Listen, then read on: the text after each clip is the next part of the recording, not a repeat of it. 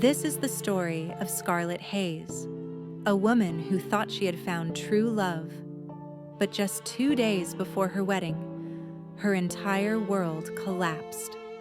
Scarlett walked into her apartment smiling, carrying coffee in her hand, only to freeze at the sight before her. Her fiancé, Brandon Cross, was in their bedroom, and he wasn't alone. He was with Madison Clark, Scarlett's best friend. And worse, Madison was wearing Scarlett's wedding dress.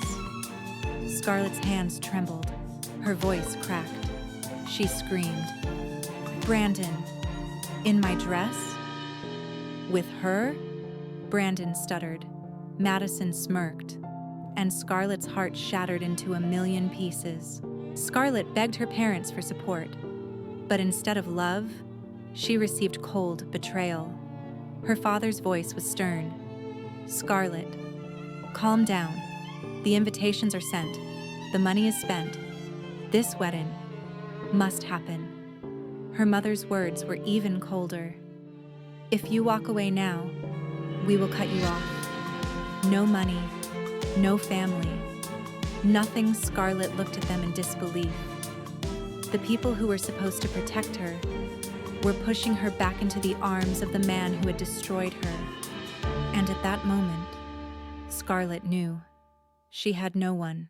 Scarlett ran outside, her heart pounding, her tears blinding her.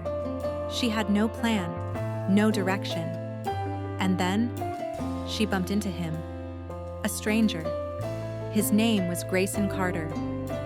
Through tears, Scarlett blurted out words she never imagined she would say. Do you want $100,000? Grayson frowned. What? Then marry me. Today, Brandon stormed out of the house shouting, "Stay away from her. She's mine." But for the first time, someone stepped between Scarlett and Brandon. Grayson looked Brandon dead in the eyes. Not anymore. Scarlett felt safe. It took 20 minutes at City Hall, 2 cheap rings, 2 signatures, and suddenly, Scarlett Hayes became Scarlett Carter. She looked at her new husband, a man she barely knew. Grayson smiled faintly. "Well, I guess this makes me your husband now." Scarlett laughed through her tears, and for the first time that day, her heart felt a flicker of hope.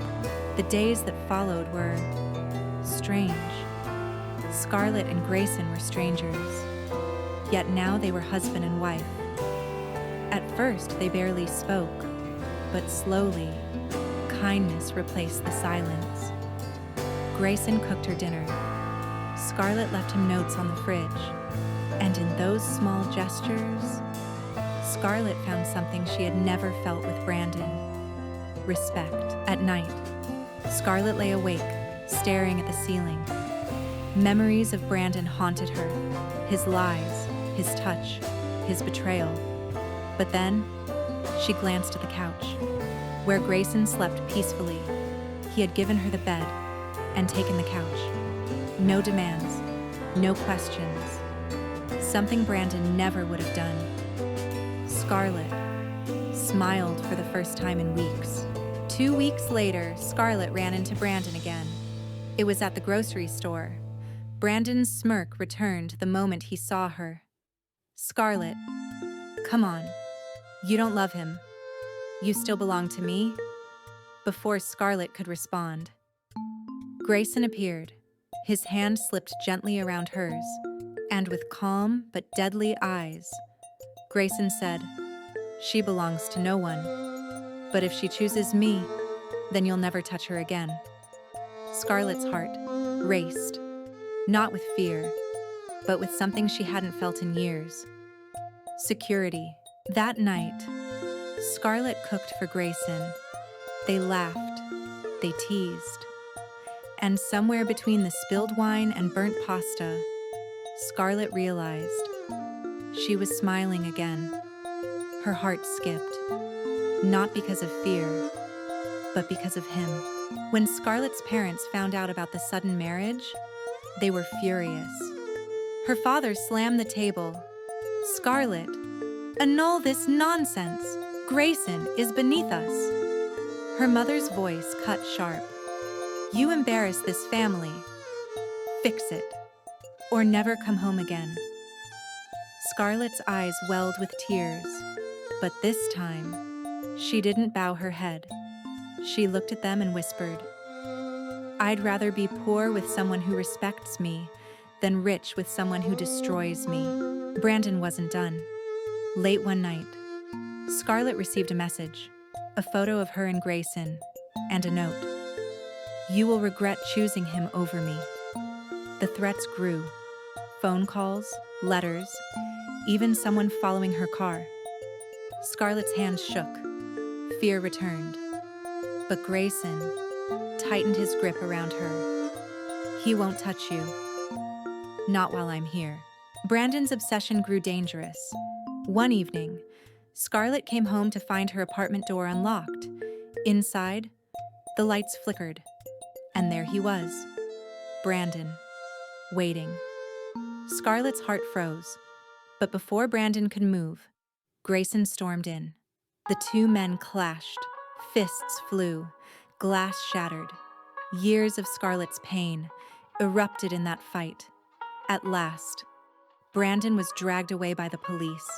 Scarlett stood trembling, and Grayson pulled her into his arms. Days turned into weeks. The nightmares faded.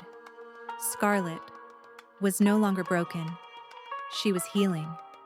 And at the center of it all was Grayson. One evening, under the soft glow of city lights, he took her hand. Scarlett, I know this started as something crazy, but I've fallen for you. Completely, Scarlett's eyes filled with tears. Me too. And in that moment, two strangers truly became husband and wife. Scarlett's story is not just about betrayal. It is about courage, about choosing dignity over money, respect over wealth, and love over fear. Because sometimes the people who save us are the strangers we never expected.